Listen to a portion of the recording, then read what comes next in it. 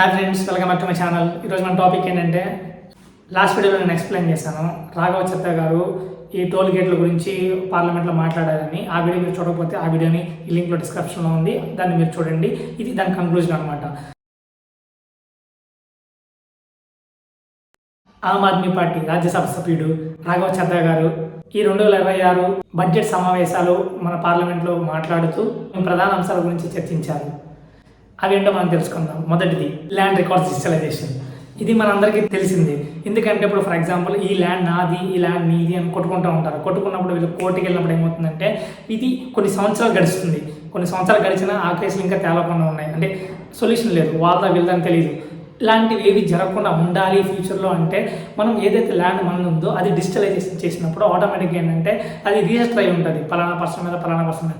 ఆ టైంలో మనకి ఇలాంటి ఇష్యూస్ అనేది ఎక్కువ టైం లాంగ్ టైం అనేది ఒక కేసు గురించి కొట్టుకోకుండా ఈజీగా ఇష్యూ సాల్వ్ అయిపోతుందని చెప్పేసి తను ఈ పాయింట్ని తీసుకొచ్చారు. రెండో పాయింట్ ఏంటంటే, ఎయిర్లైన్స్లో కొన్ని మార్పులు తీసుకొచ్చారు. మార్పులు తీసుకురావాలని కోరుకుంటున్నారు. ఆ పాయింట్ అది ఏంటంటే, ఫర్ ఎగ్జాంపుల్ మనకి flight tickets based on nights కానీ బేస్డ్ ఆన్ సీజన్ వైజ్ కానీ ఛార్జెస్ అనేది, అంటే ఫ్లైట్ యొక్క టికెట్ రేట్ అనేది పెరిగిపోతూ ఉంటుంది. అదేవిధంగా మనకి ఫ్లైట్ ఎక్కినప్పుడు, అంటే ఎవరైతే ఎక్కువగా ప్రయాణం చేస్తుంటారో వాళ్ళకి కొంచెం అవగాహన ఉంటుంది.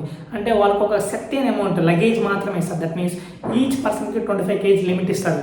ఆ 25 kg కనుక లిమిట్ దాటింది అంటే కనుక డెఫినెట్గా వాళ్ళు ఎంతైతే లిమిట్ దాటిందో దానికి ఈచ్ కేజీకి ఇంత అమౌంట్ అని వాళ్ళు ఛార్జ్ చేస్తారు. అంటే వాళ్ళకి మాత్రం ఇలాంటి ఛార్జెస్ ఉంటుంది. అదేవిధంగా పర్సన్ ఎవరైతే ఎయిర్పోర్ట్లో ఉంటారో ఆ పర్సన్కి ఫ్లైట్ టైమింగ్ డీలే అయినప్పుడు కానీ, లేకపోతే బై ఛాన్స్ ఫ్లైట్ క్యాన్సిల్ అయినప్పుడు మనకి ఏదైతే మనం పే చేసామో అది మాత్రమే మనకి రిటర్న్ వస్తుంది. దానికి వాళ్ళకి మనకు నష్టపరిహారం లాంటిది ఏమీ ఇవ్వట్లా. అంటే ఫర్ ఎగ్జాంపుల్ డబుల్ చేయడం కానీ ఇలాంటి ఇదొకటే కాదు. ఫర్ ఎగ్జాంపుల్ చెప్పాలంటే, ఒక సమోసా బయట తీసుకుంటే 10 రూపాయలు, అదే మనం ఎయిర్పోర్ట్లో తింటే 250 రూపాయలు. సో ఈ పాయింట్ ఆఫ్లో కూడా తను మాట్లాడాడు. ఇక్కడ తను చెప్పేది ఏంటంటే, ఎయిర్లైన్స్కి, అంటే దట్ మీన్స్ ఎయిర్లైన్స్కి మనకి కొంచెం ర్యాప్ ఉండాలి. అంటే ఒక అవినాభావ సంబంధం కలిగి ఉండాలని చెప్పేసి ఈ పాయింట్ కూడా తీసుకొచ్చారు. మూడో టాపిక్ ఏంటంటే, మనకి ఆహార కల్తీ. మనకి ప్రపంచవ్యాప్తంగా మనకి రీసెంట్గా చూస్తుంటే మనకి ఎక్కడ చూసినా సరే కల్తీ జరిగినటువంటి ఫుడ్ మనం తినడం కానీ లేకపోతే తయారు చేయడం కానీ ఇలాంటివి ఎక్కువైపోతుంది. దీనికి గాను food safety and standards authority of India మరింత బలోపేతం చేయాలని కోరుకుంటూ, అదేవిధంగా ఎవరైతే ఈ కల్తీకి పాల్పడుతున్నారో వాళ్ళకి కఠినమైన చర్యలు తీసుకోవాలని. నాలుగోది ఏంటంటే ట్యాక్స్ తగ్గింపు. ఇది ఏంటి అంటే, వ్యక్తిగతంగా పెట్టుబడి పెట్టి తన వ్యాపారం చేస్తూ ఉంటారు కదా, వాళ్ళకి లాంగ్ టర్మ్ క్యాపిటల్ గెయిన్ అంటే లాంగ్ LTCG పద్ధతి ద్వారా ఈ యొక్క ట్యాక్స్ని రద్దు చేయాలని ప్రభుత్వానికి విజ్ఞప్తి చేస్తున్నారు. ఐదవది మన జీతాల గురించి, అంటే ఇన్ఫ్లేషన్. ఫర్ ఎగ్జాంపుల్ మనకి శాలరీస్ అనేది ఎలా వస్తుందంటే, ఓ పర్సన్ యొక్క పర్ఫార్మెన్స్ బేస్ చేసుకుని లేకపోతే ఇలాంటివి వస్తూ ఉన్నాయి కదా. ఇలా కాకుండా ఇన్ఫ్లేషన్ లింక్డ్ శాలరీ రివిజన్, అంటే ఈ పద్ధతిలో మనం చేసినప్పుడు ఏమిటంటే, మనకి ఎక్కడైతే మనకి ఫర్ ఎగ్జాంపుల్ బెంగళూరులో మనం జాబ్ చేస్తుంటే, బెంగళూరులో జాబ్ చేసినప్పుడు మనకు అన్నీ కూడా కొంచెం ఎక్స్పెన్సివ్ ఉంటాయి. హైదరాబాద్లో కొంత కంపేర్ చేసుకుంటే బెంగళూరులో మనకు కాస్ట్ ఆఫ్ లివింగ్ ఎక్కువ.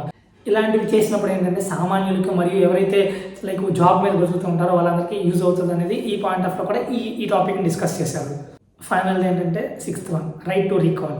అంటే ఫర్ ఎగ్జాంపుల్ ఇప్పుడు ఒక రాజకీయ నాయకుడు ఒకసారి ఎలక్షన్లో గెలిస్తే వాళ్ళకు ఒక నమ్మకం, 5 సంవత్సరాలు నేను ఏగచ్చు అని, అంటే నేను పరిపాలించవచ్చు ఈ యొక్క జనాల్ని అని. బట్ ఇక్కడ ఈయన తీసుకొచ్చిన విజ్ఞప్తి ఏంటంటే, ఎవరైతే ఆ యొక్క ఎమ్మెల్యే కానీ లేకపోతే సంథింగ్ ఏ పొజిషన్లో ఉన్న పొలిటికల్ నాయకుడు అవ్వచ్చు, వాళ్ళని బై ఛాన్స్ వాళ్ళ విధులు సక్రమంగా చేయకపోతే ప్రజలకు రైట్ టు రీకాల్ పేరున వాళ్ళని ఆ అధికారం నుంచి దింపేసే అధికారం ఇలా చూడండి అని చెప్పి ప్రభుత్వాన్ని విజ్ఞప్తి చేస్తున్నారు. సో ఈ 6 పాయింట్స్ని కన్సిడర్ చేస్తూ తను ఈ యొక్క 2026 బడ్జెట్ రిలేటెడ్ పార్లమెంట్ సమావేశంలో తను ఈ యొక్క 6 పాయింట్స్ గురించి డిస్కస్ చేశారు.